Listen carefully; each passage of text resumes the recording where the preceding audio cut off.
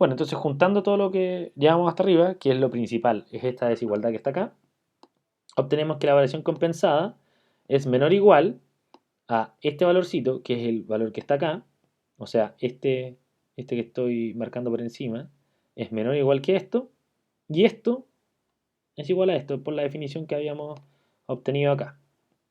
Entonces, como se tiene esta desigualdad, con un poquito de álgebra podemos juntar estos dos y llegamos a esta expresión. Al final la diferencia entre los precios por por la demanda antigua del bien. Pero si uno ve, estos dos precios son iguales. O sea, son iguales a excepción de la coordenada 1. Donde la coordenada 1, como definimos acá arriba, solamente se diferencia por el t. Por lo tanto, la diferencia entre estos dos va a ser exactamente igual a x1 por t. Por tanto, hemos demostrado de que la variación compensada definida de esta forma es menor o igual que t por x1. Bien, esta parte puede ser, es como medio engorroso y ustedes dicen, bueno, ¿cómo se me ocurre esto? Bueno, ahí está la gracia del problema, o sea, ver de que la versión compensada va a ser menor o igual a lo que estoy pagando por que estoy pagando de impuesto por el bien que estoy aplicando de impuesto. Por lo tanto, de alguna forma tendrían que haber llegado a esta desigualdad y lo siguiente es solamente un poquito de álgebra y ordenarse los temas, o sea, los términos como corresponde. Porque estás medio perdido, quizás con la siguiente pregunta puede ser que quede un poco más claro. ¿Puede la desigualdad cumplirse con igualdad? Discuta el resultado. Veamos, ¿qué es lo que estamos diciendo? Que la versión compensada es menor o igual a lo que se paga por impuesto de ese bien. ¿Qué es lo que estaba detrás de esto? Recuerden, es lo mismo que está detrás de esto, es porque al final esta desigualdad se obtiene gracias a que aquí existe una desigualdad, porque el otro término, el término este de la variación compensada, lo transferimos como una igualdad, que es exactamente esto. Por tanto, ahí está el valor agregado. ¿Y qué es lo que yo le había comentado? Que es menor o igual porque puede existir un grado de sustitución entre los bienes. Y por lo tanto, si existe un grado de sustitución, si me suben el precio del bien 1, no necesariamente voy a seguir consumiendo ese bien 1 y puedo consumir otro. Por lo tanto, si es que estos bienes fuesen complementos perfectos, es decir, que yo sí o sí necesito el bien X1 para mantener el mismo nivel de utilidad que tenías antes, entonces esto va a ser igual. ¿Se cacha? Entonces, ¿se puede cumplir con igualdad? Sí, efectivamente, cuando son complementos perfectos. ¿Y qué quiere decir que sean complementos perfectos? Es decir, funciones de utilidad del tipo Leontief. ¿Y cuáles son las funciones de utilidad del tipo Leontief? Estas que están acá en la tarea que tengo subrayada acá. Que es esta. Bueno, están definidas con un mínimo. Que al final, ¿cuánto es lo que yo voy a poder producir? Es el mínimo de los dos factores. Da lo mismo que, no sé, x2 crezca hacia infinito, yo voy a seguir produciendo el nivel mínimo de en este caso que sería asociado al x1. Eso es lo que está detrás, porque son complementos perfectos. Yo no puedo aumentar mi producción si es que no aumento los dos al unísono. Perdón. Entonces eso está lo que está detrás de esta pregunta. Así como comentario, este tipo de preguntas le gusta hacer al profe como ya más preguntas tipo control, es decir, que se les dé aplique las definiciones y que después, mediante razonamiento económico, porque esto fue meramente económico, no es una conclusión matemática del problema, no es que derivando o aplicando alguna relación llegamos a ese resultado, impongas condiciones para demostrar lo que se les pide. Esa es la idea más o menos de lo que apuntaría un ejercicio tipo y después obviamente interpretar este problema. Bien, vamos a la pregunta 3. Producto de la pandemia provocada por el COVID-19, una empresa de biotecnología se dispone a desarrollar una vacuna para tal enfermedad. Para su desarrollo, la empresa incurre en un gasto X mayor o igual a 0 en investigación y sus beneficios esperados son B1 de X. Además, existen otros beneficios sociales que no captura la firma dados por B2X. Y aquí, si no me equivoco, me faltó, parece que habría una versión antigua del auxiliar, porque en el auxiliar que le subí aparecía explícitamente además de que B1 y B2 eran crecientes, ¿ya? Crecientes en X. Eso, creciente en X diferenciable, para que lo tengan en consideración. Bien. ¿Qué nos piden? Muestre que la cantidad óptima XS desde un punto de vista social es mayor que la cantidad óptima XF desde un punto de vista de la firma. Bien, para los que han leído han visto los videos del profe, este problema es análogo al que resolvió el monopolio. ¿Ya? Es completamente análogo. Veamos, ¿qué es lo que se tiene?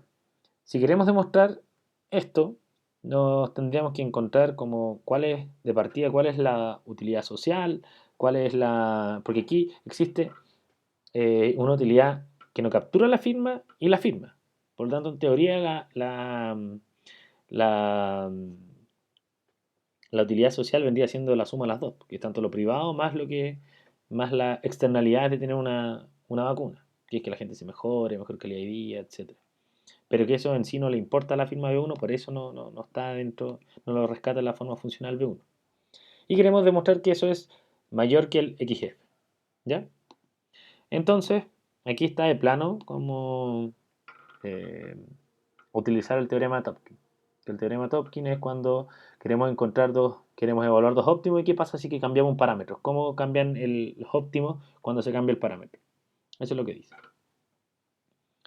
Bien, entonces para eso de partida definamos, hay que saber cómo definirse inteligentemente esta función de utilidad social. ¿Y cómo se hace? Al igual que lo hizo el profe, ¿no? Si, no hay que reinventar la pólvora en estos problemas. Entonces nos definimos una función auxiliar de beneficio total que sea fx de teta. ¿Por qué fx de teta? Porque y nos definimos teta entre 0 y 1. ¿Ya? Incluso lo podríamos definir como teta 0 o 1. A ese nivel es tan fuerte el teorema de Topkin que después lo voy a comentar. ¿Cuál es la idea que está acá? Es de que la función de beneficio total es tanto el beneficio privado como el beneficio social, y está este parámetro teta para que nos permita evaluar cuando solo estamos en beneficio privado o cuando consideramos los dos, que es un poco lo que dice acá, que es cuando f vale 0 se obtiene la utilidad de la empresa y cuando fx vale 1 se obtiene la utilidad total de la sociedad. ¿Ok?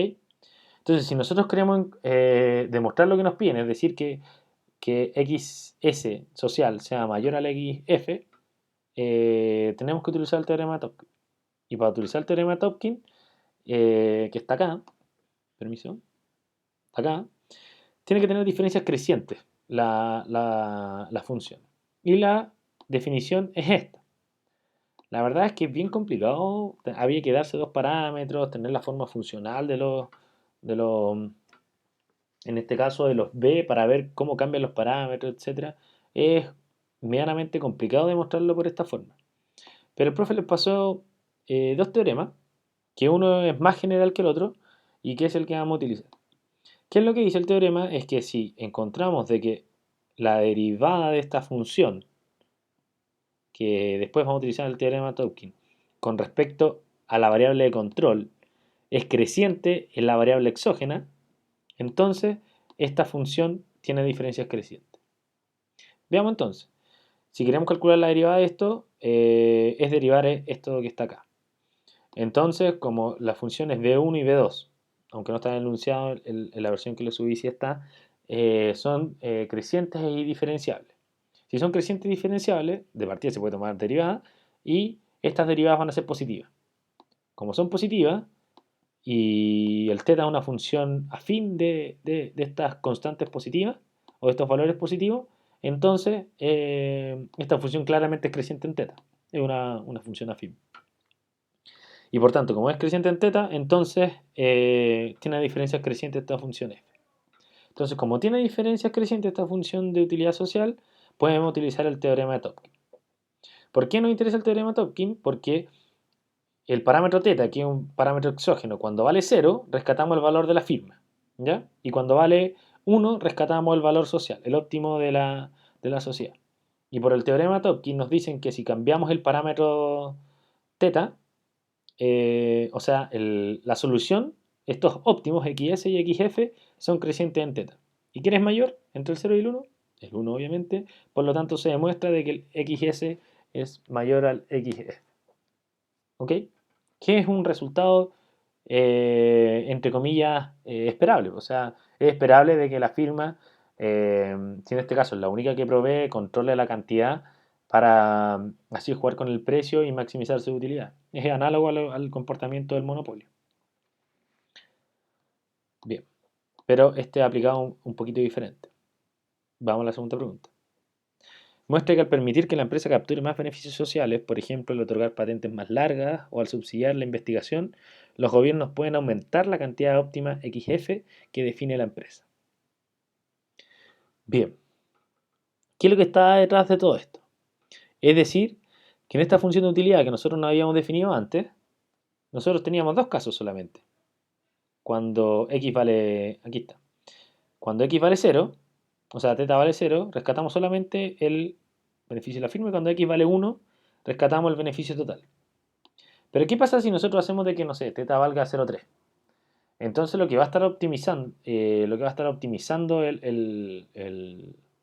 la función va a ser lo social, un poquito de lo social, más el beneficio privado. Y si a eso nosotros lo definimos como lo que realmente va a recibir la firma, no solamente B1, sino que B1 más una fracción teta de B2, entonces debería ser consistente que, por las mismas razones del teorema Topkin, el X nuevo que se obtenga va a ser mayor. Y eso es lo que efectivamente se está interpretando acá. Que si teta vale 0, quiere decir de que lo que va a resolver la firma es que sus utilidades van a ser solamente las que él obtiene por vender esta vacuna, pero no va a tener, no va a recibir los beneficios de que la gente esté sana. Eso es lo que está diciendo. Pero ¿qué pasa? Si nosotros dejamos un teta entre 0 y 1, ¿qué quiere decir de que la sociedad le retribuye a la empresa? En este caso, mediante un impuesto que se le cobra a la sociedad y se le retribuye a la empresa como un subsidio o como una mayor patente que le permita eh, un mayor tiempo de estando solo en el mercado. Entonces, eso es lo que está detrás de todo esto. Si nosotros permitimos que exista un teta entre 0 y 1, es decir, que cierta parte de este beneficio B2 se transfiera al beneficio privado, entonces el nuevo teta que se obtenga, o sea, el nuevo X teta, por decir que va a ser un teta como por nomenclatura nomás, que es la solución a este nuevo problema, va a ser mayor estricto que este XF, si este está entre 0 y 1. Por lo tanto, ¿qué es lo que hemos hecho acá? Hemos dicho que si la firma captura beneficios sociales, entonces aumenta la cantidad óptima que se produce. Y esto da un fundamento teórico bajo este marco sencillo de modelación, de que para el caso de innovación y desarrollo que tenga una externalidad positiva para la sociedad, conviene o es justificable la implementación de un subsidio. Esto es directo con con un ejemplo directo que son las tecnologías verdes o de bajas emisiones. Por ejemplo, un argumento de esto podría justificar una subvención al desarrollo de la industria de las baterías del litio, por ejemplo, o el desarrollo de la industria del hidrógeno sintético, porque ellos tienen una externalidad positiva dentro de la sociedad, que es disminuir los riesgos o sea, disminuir las externalidades negativas producto del calentamiento global y emisiones de CO2. Entonces, ese es el espíritu de esta pregunta. Bien, entonces con eso terminamos la auxiliar. Nuevamente, siéntanse libres de preguntar lo que quieran por el foro, tanto el auxiliar como la tarea 2, y mucho éxito en el estudio y en el desarrollo de la tarea. Saludos a todos.